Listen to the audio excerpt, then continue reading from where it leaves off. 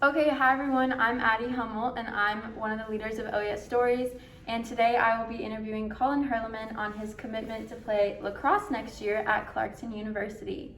So Colin, how did you first get started playing lacrosse? Pretty much it was a suggestion from my parents back in fourth grade. I've recently moved back from Vermont and they just basically suggested playing that as a new sport in my free time. Nice, and obviously you enjoy it. Yeah. So what are some of the skills that are necessary for success in lacrosse, both physical skills and mental skills? Physically, it all just depends on what you're playing. Obviously, there's multiple positions. For me specifically, being an offensive player, it's mainly quickness and just being able to hold your ground, being strong enough to not really be pushed around. And most importantly, you have to be quick thinking and sort of just at least confident in your skill set to sort of know what to do and when it's useful. Have you always played attack, or have you kind of switched around over the years? I've played attack since fourth grade, but now I'm playing midfield. So I've recently made a switch. Exciting. So yeah, I'm recruited to go play midfield. So very exciting. We'll see how that goes. And what do you do to physically and mentally prepare for big games? Basically, it's just simple. Listen to music. That's kind of by myself doing just listening to plays I make. I don't really do a whole lot to prepare. It's just practicing the few hours before, just warming up prior to the game and listening to music and then a good mindset. What's your favorite song on your hype playlist? It usually just depends on a lot of things. It's hard to come up with just one. It's a mix of everything. Last season, "Home" by Vince Staples was a big one. It's the last song I listened to before I take my headphones off. But nice. Yeah. Okay, and what's your favorite meal to have on game days? On game day, usually just something simple. Usually I'll have chicken and a salad or something light, just enough protein to get me through. Day before those, usually pasta or carbs or something like that to make sure I don't really fall out when I'm playing. Nice. What's your favorite carb? And mine is pasta. Yeah, same here. Yeah, pasta? Big one, yeah. What type of pasta though? Because I like penne pasta, but I know this is kind of a controversial question. Yeah, penne is good. That is one of my favorites.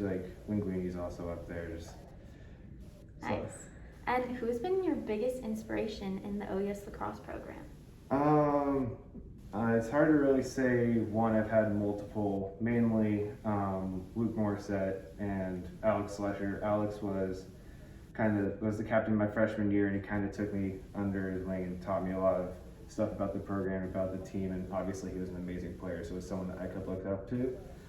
And Luke, I've known him since sixth grade. I played lacrosse with him for many years, and he's just someone that I've been able to call a friend, someone that I've been able to practice with and sort of look up to for way longer than I have for most people. I know that Luke is playing lacrosse at Bates. Are you guys in the same league? Are you going to play each other? We're in different leagues, but given that we're relatively close, it is common for teams in my league to play teams in his league twice or three times a year. So while it's not a given, it's a likely factor. It could happen. That's really exciting. Hope it does. Yeah. How has your coach helped you throughout your time at OES? He's helped me a lot. Obviously, Sully is a great person off the field, on the field, anywhere else. I've known him since fifth grade. He is sort of the person that helped me get in to start liking lacrosse in the first place. But he's just kind of been there to support me whenever I needed it most. He's just given me a bunch of ideas, a bunch of sort of things to add to my skill set, and basically it's the biggest thing is he's always there for his guys. He'll be hard on you, he'll make you feel bad sometimes, but it's all at a tough love. He's because he knows that you can get to a better place if someone's gonna be there to push you. Yeah, and what will you miss most about OES lacrosse, whether that's people or a drill, anything like that?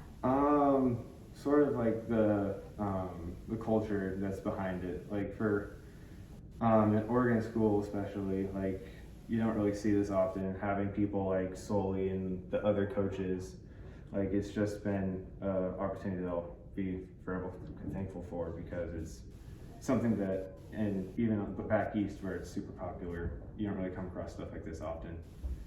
Yeah, I agree. I think the lacrosse culture of both teams at OES is pretty great and kind of irreplaceable as well. Yeah, exactly. And what is your favorite memory of OES lacrosse to kind of finish us out?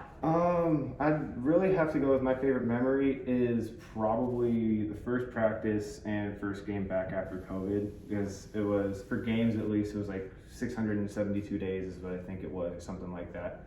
And it was just like a long time of building up, and people, we've all, including you guys as well, we all lost our sophomore seasons, and being able to come back and have a season again was one of the best things that's really been happening in my lacrosse career for high school. Yeah, and we get this season, senior season, so good Thank you for luck. that one. Thank you. Yeah, You too. what's your school's mascot? Clarkson. Golden Knights.